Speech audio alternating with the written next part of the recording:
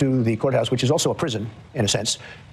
They signed me in, and I'll tell you, people were crying. People that work there, professionally work there, that have no problems putting in murderers, and they see everybody. It's a tough place. And they were crying. They were actually crying. They said, "I'm sorry." They'd say, "2024, sir, 2024." And tears are pouring down their eyes. I've never seen anything like that. Those people are phenomenal. Those are your police. Yep. Those are the people that work at the courthouse. They're unbelievable people. Many of them were in tears or close to it. Many apologists were sorry, sir. We're sorry. They had to have me do certain things. They said, "Sir, I can't believe I have to ask you. I can't even believe that I have to ask you to do it." You could see. So in one sense, it was beautiful because they get it. In another sense, you know, it's nasty. I went to the Wharton School of Finance. They didn't teach me about that. That wasn't like the arraignment part. That wasn't. We didn't have a class on arraignment. And you know, it was a sad day in many ways, and in many ways, it was a beautiful day because the people understand. I didn't know this was happening, but the poll numbers have gone through the roof.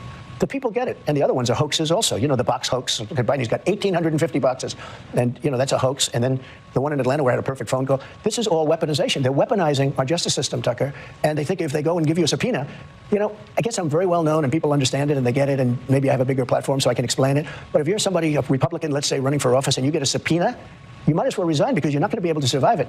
And the voters aren't going to handle it. The voters aren't going to take it. What they're doing is weaponizing the system, and there's never been anything like it. And it's all disinformation. You see, the other day, Afghanistan, one of the worst things I've ever seen, I think the most embarrassing moment that this country's ever had, frankly. The way we got out, not the getting out, we had to get out, it was ridiculous to be there. And I had that so good, so tight, so tough. I spoke to the leader, Abdul. I said, "Abdul, if you do anything, you're going to get hit really hard."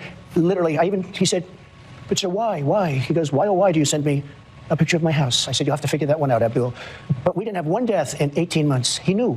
Not one death. And then to see the way we got out, like we were surrendering, like taking the military out first, leaving $85 billion worth of equipment behind, giving up Bagram. I was going to keep Bagram. I was getting out, but not for Afghanistan. It's 1 hour away from where China makes its nuclear weapons. It's one of the biggest Air Force bases in the world, I think the biggest, with runways that go 10,000 feet. I was keeping that because of China, not because of Afghanistan. Right. And they left everything. They left in the dark of night. They left the lights on. They left the dogs, by the way. You know, the people say about the dogs. They left the dogs. Everyone, you know, the dog lovers. And you get a lot of them. I love dogs. You love dogs. But they left the dogs. People said, what? One of the first questions I got, what did they do with the dogs? Mostly German Shepherds. They left them. What they did, the way they got out was so horrible. Okay, everybody knows that was their plan. That had nothing to do with me. I was getting out, too. We would have gotten out with strength and dignity. And what happened? They got out. And the other day I hear, yeah, it was Trump's fault. Oh, that's right. It was Trump. I was gone for a long. I would have been out faster than them. We would have had all the equipment. We would have had the American citizens. We left hostages. We left Americans behind. Many, I think many more than you think. And we had 13 soldiers killed. And nobody ever mentions the fact that we had many maimed so badly. No arms, no legs. Their face was obliterated. This is the way this guy got out. We would have gotten out with dignity and strength. We were going to. But I was taking 100% of, I said, I want every nail. I want every screw. I want the tents. They said, "Sir, the tents are very hard to take out." I said, "I want the tents. I want the tanks. I want the planes. I want everything." And a couple of them fought me on it, like Milley. He said, "Sir, I think it's cheaper to leave the equipment behind." I said, "Let me ask you, we have a plane that costs $100 million. It's sitting there. All it needs is a tank of gas, right? Give me a little jet fuel. We'll fly it to Pakistan or any place else, or we'll fly it directly home." You say it's cheaper to leave a $100 million plane? "Sir, I think overall it's cheaper." These are idiots we're dealing with. They left $85 billion worth of equipment. They left our American citizens behind. And they moved the military out first. No, you move the military out last. I did a little skit with a 5-year-old kid. I said, "Let me ask you, here's the situation." I explained the situation. I said, "Would you take the military out first, or would you take it out last?" "I take it out last," 5-year-old. But they took the military out first, and they were afraid of our military. When I was there, they were afraid. We didn't have one soldier killed in 18 months. Not one soldier was killed in 18 months. And then we got out like we surrendered. I think it was the single most embarrassing day in the history of our country. It was totally their fault. They didn't go by anything because, you know, we had a system of getting out. But if the Taliban, in particular, the Taliban, because that's where the action was, right? When I called Abdul, the press went crazy. The fake news went crazy. Why did he call an enemy? I said, "Well, it's Jesse James." I used to ask him, "Why did he rob banks?" He said, "That's where the money is." Why did I call the head of the Taliban? Because that's where the killing was. And he's there now, Abdul. I'm sure he likes me. Call me Your Excellency. I don't know if he calls Biden Your Excellency. Probably. I mean, you know, they're one of the largest arms dealers now in the world. They're selling the $85 billion worth of it because they only need 5% of it. Of course. They're selling the equipment. They're one of the largest, I think, second arms dealers. Brand new helicopters, brand new airplanes, brand new tanks. Unbelievable what we left behind. We ran. And there was no reason to. I had them. I could have stayed there for 5 years if I wanted to. I wanted out. 21 years was enough. I wanted out. We shouldn't have been there in the first place. But when I see what happens, when I see the level of stupidity, and because of that, it's all a big web. Because of that, I think Putin, who would have never gone into Ukraine when I was there, would have never, I talked to him about it often, would have never, ever done that. When he saw that I wasn't there, and he saw these fools, these stupid people. And think of that, the way they left Afghanistan, and nobody was fired. I fired a lot of people because if they didn't do a good job at firing. Let me ask you, talk to Putin about Ukraine. What did you say to him? I could see that he loved it. And I said, he loved Ukraine. He considers it to be a part of Russia. Yeah. I said, not when I'm president. We had a very good relationship. I mean, look, I was the worst thing that ever happened to him. I closed up his pipeline. You never heard the words Nord Stream 2 until I came along. Nord Stream 2 was their pipeline. And I had a great relationship with him, but it was very tough because they had a fake Russia investigation. And I told him, and he told me, he said, it's very hard for us to deal, don't you think? I said, very hard, because we have a fake investigation that turned out to be a fake. For 2 years it went on. And we could have done very well with Russia. They have great minerals, they have great things that we want, we could have, and they need the money and they need other things. But that interfered. That was a terrible thing. That was actually a treasonous thing to do. Those people should have been arrested. They made it up.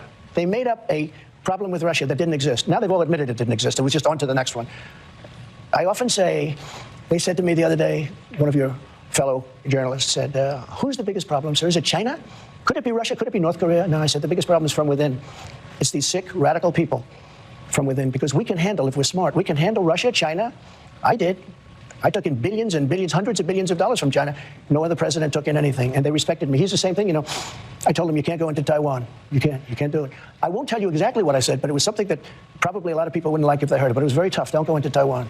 If you do, we're going to have problems. Other than that, we're going to be great relationship. We're going to have a great relationship.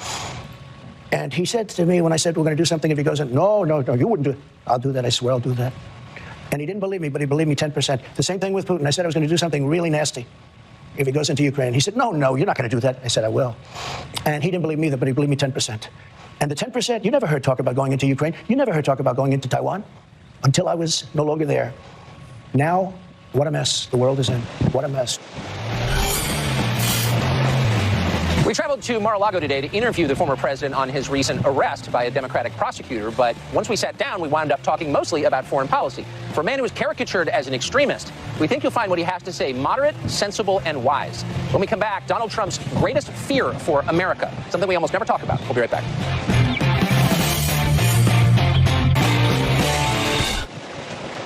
Covering the weather beat here in West Palm Beach. Actually, we're here to interview the former president and now the Republican frontrunner, Donald Trump.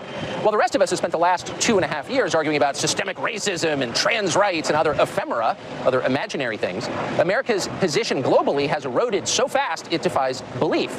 But Donald Trump has noticed things have really changed since he left office, and that's the topic of this next part of the conversation. Here it is. You said at the time when you were president that going to war with Russia, either hot war or cold war, would drive Russia into an alliance with China. I did. That would displace us as the most powerful nation. I did. But we have a bigger problem. The bigger problem is the weaponry. The weaponry today is so powerful. This isn't like Second World War where we have army tanks running around shooting each other. This is weapons the likes of which the world has never seen before. And they have them and we have them. And China has them less, but within 5 years, China will have equal to us. China, I'm talking about nuclear. China has the beginnings of a very big, very powerful nuclear. They're short 5 years. They had started much later. Russia and us are comparable. Massive power, massive. And that's one of the things. More than people understand? More than people understand, yeah. More. Were you surprised? They don't understand the power. If you look at Hiroshima, as some people call it, if you look at Nagasaki, you look at those two events took place many, many years ago, and multiply that power times 500. That's what you're talking about. Where it actually melted the granite. You know, granite is unmeltable by blowtorches. Yes. But the granite, if you look at granite areas, it's like water that got, hardened, like an ice skating rink. It melted the granite. If you look at that and multiply it times 500, that's what you're talking about. When I listen to people talk about global warming, that the ocean will rise in the next 300 years by 1/8 of an inch, and they talk about this is a problem. A big problem is nuclear warming. I mean, nobody even talks about it. The environmentalists talk about all this nonsense in many cases. Look, I'm an environmentalist also, I guess, in my own way, because I've done a good job with the environment, but nobody talks about nuclear. The problem we have, the biggest problem we have in the whole world, it's not global warming, it's nuclear warming.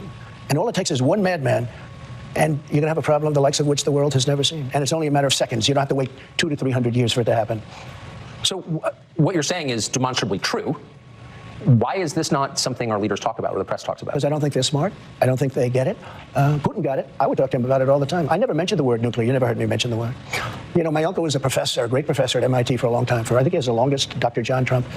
And he would talk about a lot of different things, and it was very interesting to me for years. I talked to him, passed away, he's a great, great gentleman.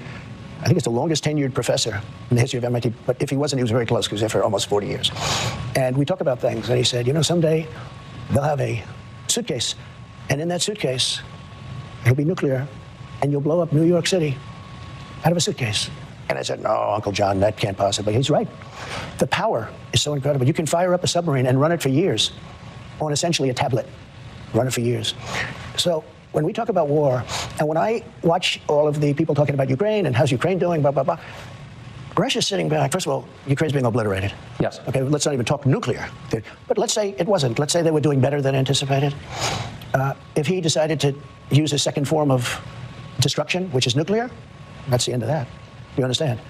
And I know where you are in Ukraine, so I mean, you understand it better than most. Most people don't. Most people don't even talk about it. They don't talk about the fact that he has equal to the United States in nuclear capability and destruction. And so I watch all of this happening, and it's so sad. But can I say, so the Biden people know the power of nuclear weapons. They now control our arsenal. They don't seem worried about this. That's because they don't understand life. They don't understand whatever it is that you have to understand. You know, it's very interesting. At the very beginning, Biden was very afraid of nuclear because I watched him and he's, oh, they have nuclear weapons. Oh, which was exactly the wrong signal to send. You don't do that. But if you go back and check your files, you'll see Biden early on saying, oh, well, we can't do this. They have nuclear weapons. Well, you don't want to, you don't want to act that way. Yeah. But he was very afraid of nuclear. I said, you got to be a little bit cooler than that. But what happened is now that nobody talks about it. But every day Putin mentions it, and every day other people mention it. And now all of a sudden, if you look, other countries are talking about getting it. This was something you don't mention. I call it the N-word. You have two N-words. You don't mention either one of them. The nuclear word you don't mention because the power is so destructive. I met with professors at MIT, and I was preparing for a debate. I wouldn't say it was a long preparation, but I did want to talk about nuclear because I consider it to be the single greatest threat the world has, far greater than global warming, like not even a contest. And I had these people come down. They were very smart, very expert. And I said, so when we start talking about nuclear in a debate, how would you handle it? And they looked at me, one in particular, and said, sir, you can't talk about it. You cannot talk about it. I said, what does that mean? He said, it is so massive, it is so destructive that you cannot talk about it. I understood exactly what he meant. And we stayed away from it for the most part. But now Putin's mentioning it all the time. We don't mention it, but Putin's always mentioning it. You've heard him say it. We are a nuclear power. He said not so long ago, I said, that's the first time I've heard a major country. You know, you do hear it talked about, and I did a good job. I did a great job with North Korea, Kim Jong-un. You went with me on a trip. You insulted him, which didn't make my life too easy, but that's okay. But you were there, one of the few. And it was an amazing, it had to be one of the most incredible experiences for you. For sure. But it was amazing. We had thousands of reporters. They weren't treated particularly nicely either, by the way, but I got along great with him. And because of that, it started rough, remember, with, Rocket Man, Little Rocket Man? And he said, I have a button on my desk, a red button. I said, I have a red button on my desk too. Mine's bigger and mine works, yours doesn't. And this went on for a couple of months, and then all of a sudden, the logjam was broken, and he wanted to meet, and we did meet. And we get along great. To this day, we get along great. He won't talk to Biden. He won't even talk to these people. He won't even talk to him. He has no respect for him. He's a man. If he respects you, he'll respect you. He wouldn't talk to Obama. Obama tried to get meetings with him. He wouldn't meet with him. He met with me. I met with him twice. I would have had a deal worked out with him. He's got tremendous nuclear capability. It's the single biggest problem. Maybe this show's more important than even I thought it might be because somebody's got to understand what has to happen, and they have to de-escalate. So how would you do that now? Well, now, so you have a problem. You got this crazy world that's blowing up, and the United States has absolutely no say, and Macron, who's a friend of mine, is over with China, kissing his ass. Okay, in China. I said, France is now going to China. You take a look at Saudi Arabia. Look at what happened. They're great people. They wanted to help us. He goes over and gets a fist pump. You know what a fist pump means? Don't shake my hand because your hand's dirty. That's what a fist pump is. They got it. They were so insulted. Do you understand that? Yes. Oh, I don't want to shake your hand. Let's go fist pump. For the past 7 years, the neocon media establishment's been telling you that Donald Trump is a dangerous lunatic. In 2 years in office, Joe Biden has brought the world to the brink of nuclear holocaust. Who's the dangerous lunatic? And they're lecturing you about global warming. Joe Biden says he's running again for president in 2024. We asked Donald Trump his assessment of whether that's going to happen and whether anything could get him out of the race, including a legal conviction. That's next. Democrats arrested the Republican frontrunner last week in an effort to keep him from running for president. Will it work? We asked Donald Trump directly. And does he think Joe Biden will actually run? Here's that conversation. Do you think Biden will stay in the race? Look, I watch him just like you do.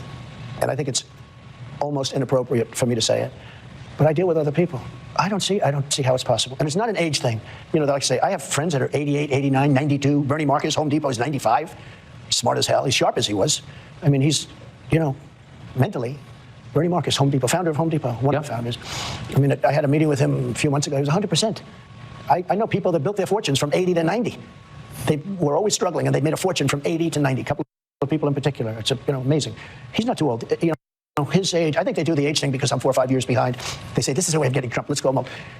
But there's something wrong. I saw his answer today on television about whether or not he was going to run to a very nice guy named Al Roker. I mean, you can't get a softer question than that. That was a long answer, talking about the eggs and the this and that. Look, I don't think he can. But say what you want. They didn't expect him to get it. Yeah. People could say he won an election. It always goes, I got the most votes of any person, any sitting president in history. I was told if I got 15 million less, I couldn't lose. They're surrounded by vicious, smart people, radical left people, but they're very smart and they're very vicious. It's not him. It's not him. He's now in Ireland. He's not going to have a news conference. When the world is exploding, I own property in Ireland. I'm not going to Ireland. The world is exploding around us. You could end up in a third world war, and this guy's going to be in Ireland and not having a news conference. He hasn't had a news conference, I guess, in months. I saw today where he hasn't. It's been. Well, he can't. So if he doesn't run, if he's taken out by his own party, or who knows what happens, but it doesn't seem like he's capable of running again, who does run? Well, obviously the one that they would talk about would be the vice president, Kamala. That would be the one that they talk about. But I don't think she's performed well on the big stage. I mean, maybe I'm wrong. But there are a certain group of people that will go crazy if it's not her. They're going to be very angry if it's not her.